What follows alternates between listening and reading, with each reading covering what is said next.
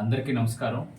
గంగాధర్ నెల్లూరు నియోజకవర్గం, గంగాధర్ నెల్లూరు మండలం, వీరకనెల్లూరు గ్రామ పంచాయతీ, వీరకనెల్లూరు హెచ్డబ్ల్యూ నుంచి మాట్లాడుతూ ఉన్నాం.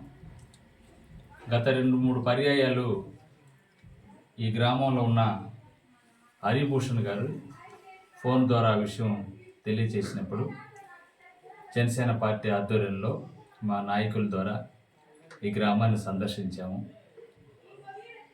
ఈ రాష్ట్రంలో ఒక వెన్నుముకలాగా, ఆక్సిజన్ లాగా పనిచేస్తున్న ఒక వ్యక్తి, మహోన్నతమైన త్యాగశీలి పవన్ కళ్యాణ్ గారి అడుగుజాడలు నడుస్తున్నటువంటి మేమందరం కూడా హరిభూషణ్ గారి కుటుంబాన్ని పరామర్శించాము.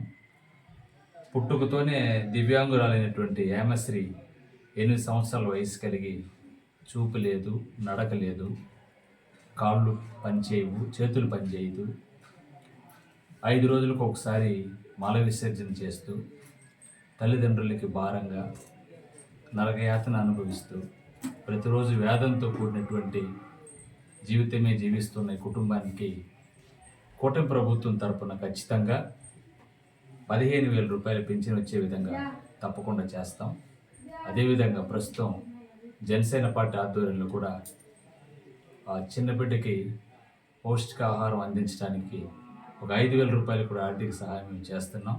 ఇది మాత్రమే కాకుండా భవిష్యత్తులో ఒకవేళ హేమశ్రీకి వైద్య సదుపాయాలు అందించడానికి కూడా జనసేన పార్టీ తరఫున మేము సిద్ధంగా ఉన్నామని ఈ సందర్భంగా తెలియజేస్తూ ఉన్నాం.